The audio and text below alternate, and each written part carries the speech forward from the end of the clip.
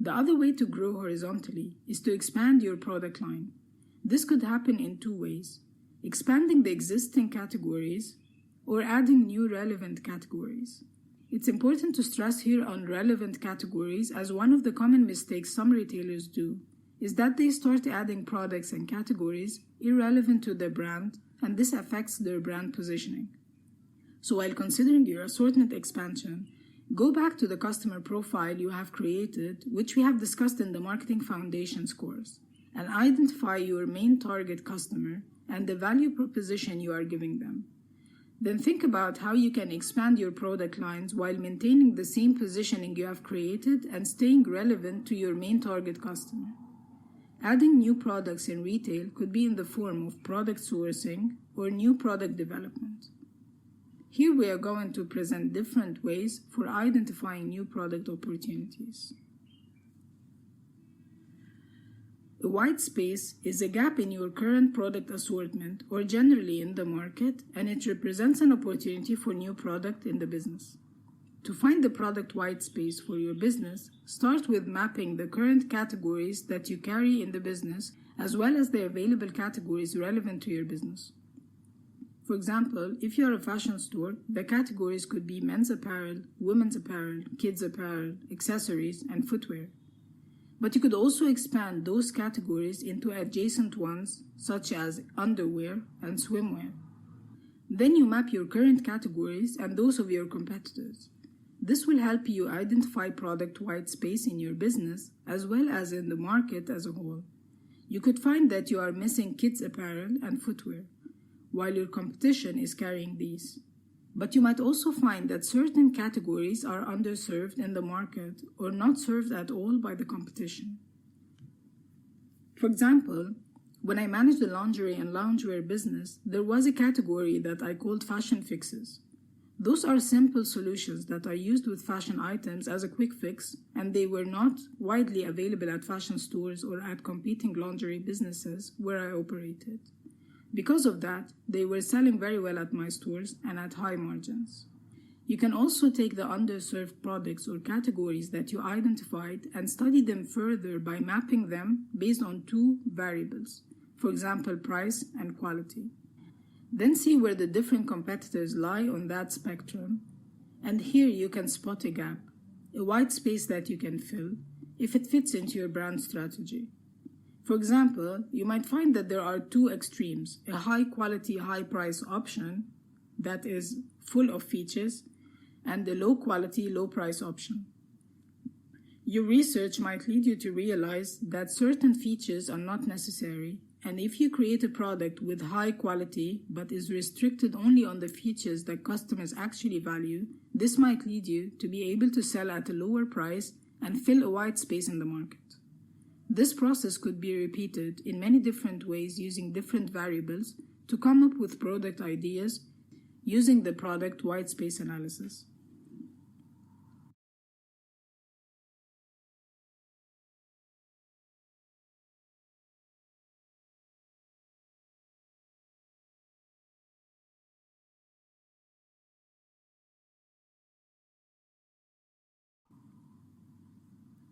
Sometimes the best products are not yet on the market, and you need to develop them yourself. This will give you a first mover advantage and a differentiating factor. Whenever a new product is developed, it goes through three phases. It starts with an idea, and then this idea gets executed. For manufactured goods, this is the manufacturing phase, and then it gets distributed so the final consumer can find it and buy it. The unfair advantage that the retailer has is that distribution is already figured out. In other words, you can launch any products by displaying and selling them in your store to your existing customers. That's why product development is an easy and efficient way for a retailer to grow, because distribution is already solved. The other advantage retailers have is that they can talk to existing customers or observe their shopping behavior and try to uncover unmet needs easily. To uncover new product ideas, try to find the customer's job to be done and start from there.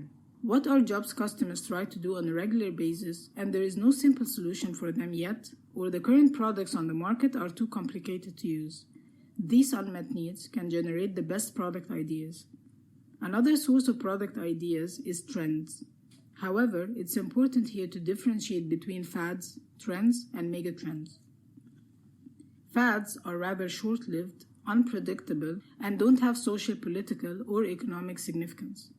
Many products rise in popularity suddenly and also go away suddenly.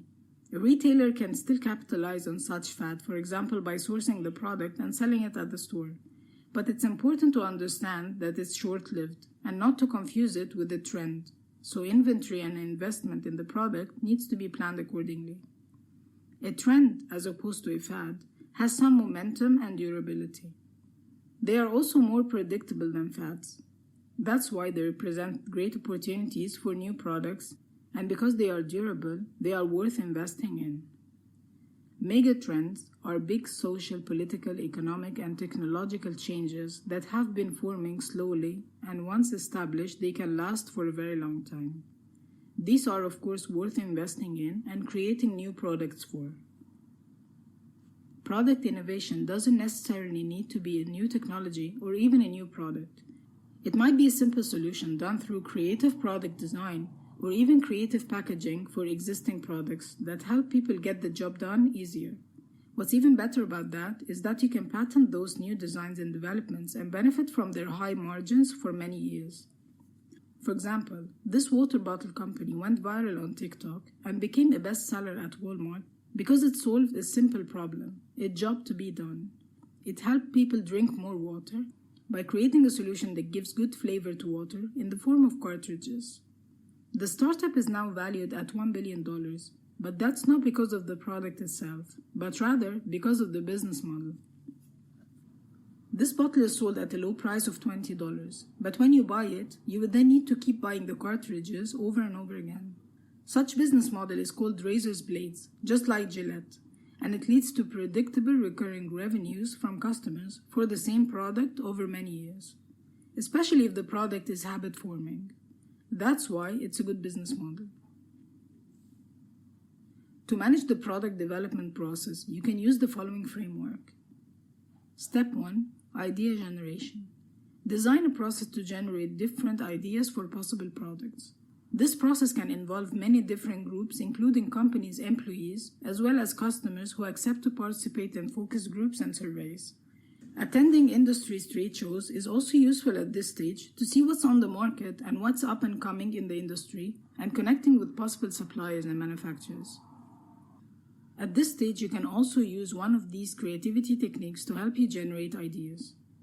Attribute listing. List the attributes of a product you want to modify or improve, and then play around by modifying each attribute and see if the results is a better product. Forced relationship. List different products that people buy separately and try to find if some of them can be combined into one product. Reverse assumption analysis. List all the assumptions about a business or product and then reverse them. For example, a restaurant has a menu and serves food and charges for that food. When you start reversing those assumptions, you could come up with a business that doesn't follow a specific menu, but rather a new course every day. It could not charge by item, but rather by visit, or it could even be a place that's equipped for people to gather and eat while they bring their own food and get charged for the space they occupy only. New contexts. Take familiar business concepts and think of them in new context. For example, providing the same service to animals instead of humans. Mind mapping. Write down a thought, and then the next thought that came up when you had the first thought.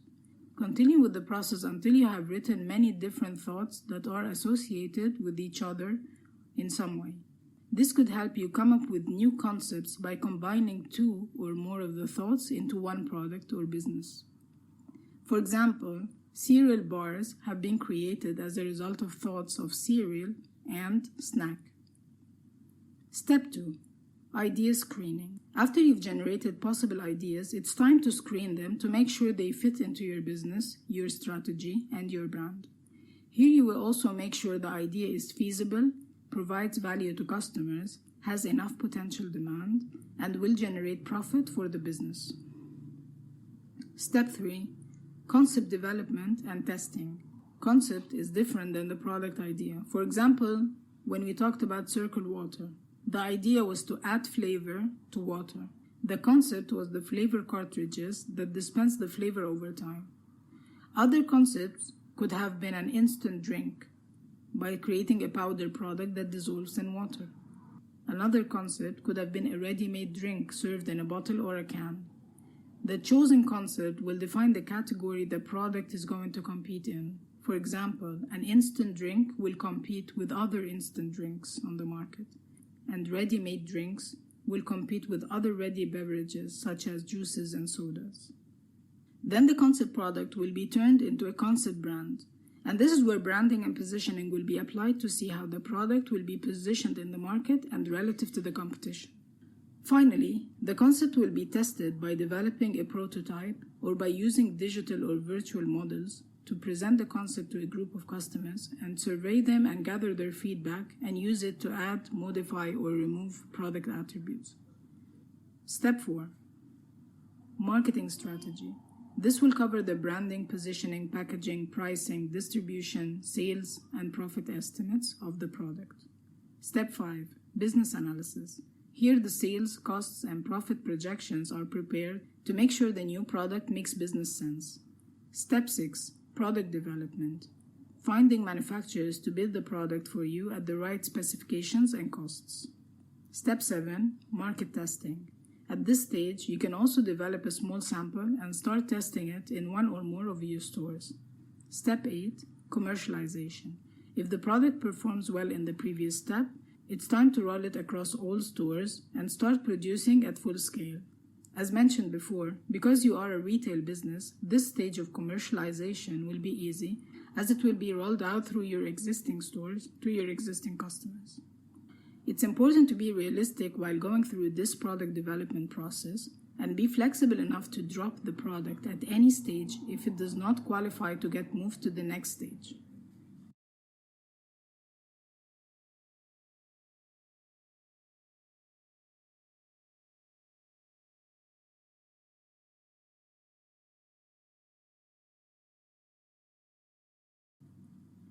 Another thing to take into consideration while developing new products is the consumer adoption process.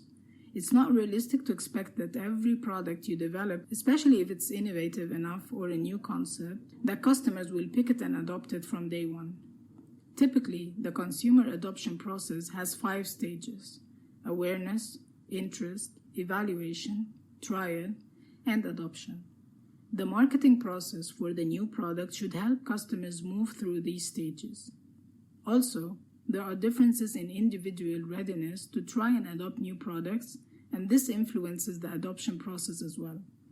Typically, there is a group of consumers who are always ready to try new things, and this applies to different product categories from fashion to appliances and even healthcare. This group includes the innovators and early adopters. Then, after a slow start, another group adopts the product, and these are the early majority.